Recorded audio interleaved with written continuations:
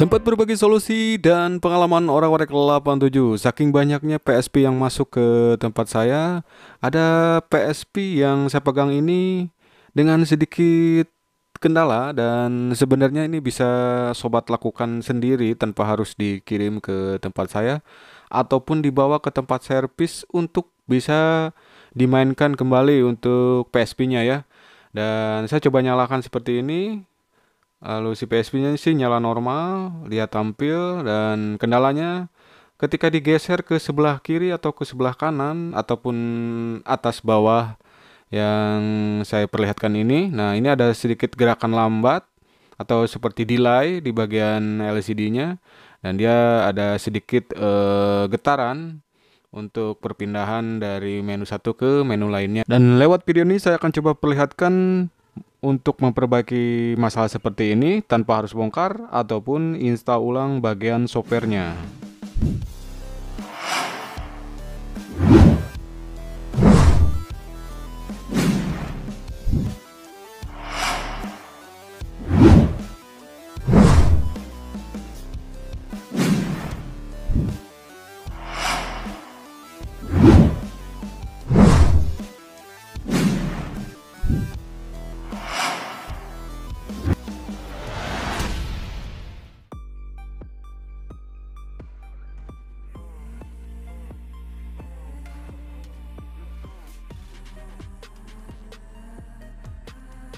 Seperti yang telah tadi saya sebutkan di awal video, untuk kasus yang seperti ini, sobat tidak usah melakukan install ulang bagian softwarenya ataupun melakukan perbaikan di bagian hardwarenya, karena kalau boleh saya sedikit disclaimer, untuk masalah kasus seperti ini PSP itu tidak ada kerusakan di bagian software ataupun hardware. Jadi ini murni ada sedikit kesalahan di bagian settingannya aja.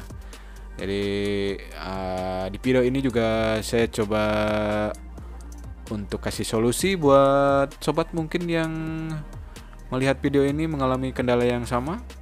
Dan saya coba ini langsung cek untuk bagian softwarenya atau bagian sistem softwarenya, dia di 5.50 Gen D2. Ini udah versi CFW ya. Oke, lalu kita mulai aja untuk setel ulang supaya PSP ini kembali lagi normal tanpa ada jeda ataupun delay di bagian menu ataupun ketika kita nantinya main game ya.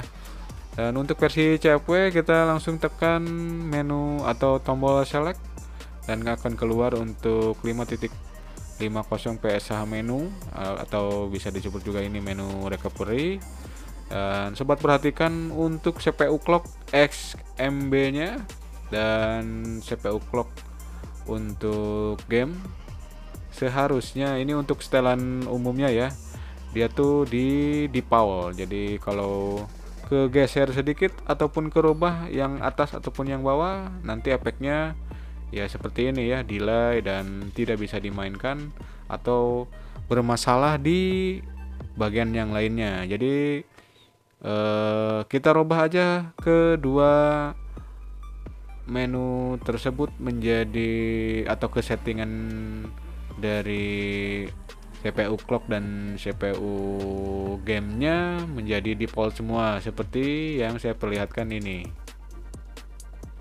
Kalau settingan sudah default semua antara CPU clock dan CPU clock gamenya, kita tinggal pencet tombol select kembali, otomatis si menu recovery-nya hilang dan PSP sudah bisa kembali lagi seperti semula ya, tanpa ada delay ataupun jeda ketika kita geser kanan ataupun geser bawah dan atas.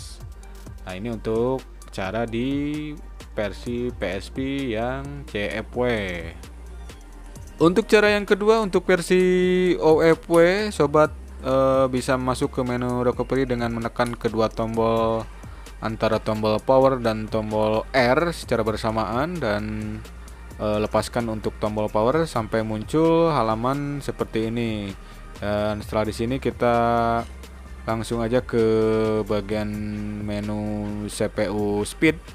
Cek di bagian menu ini, dan untuk setelan default kedua-duanya harus seperti itu ya.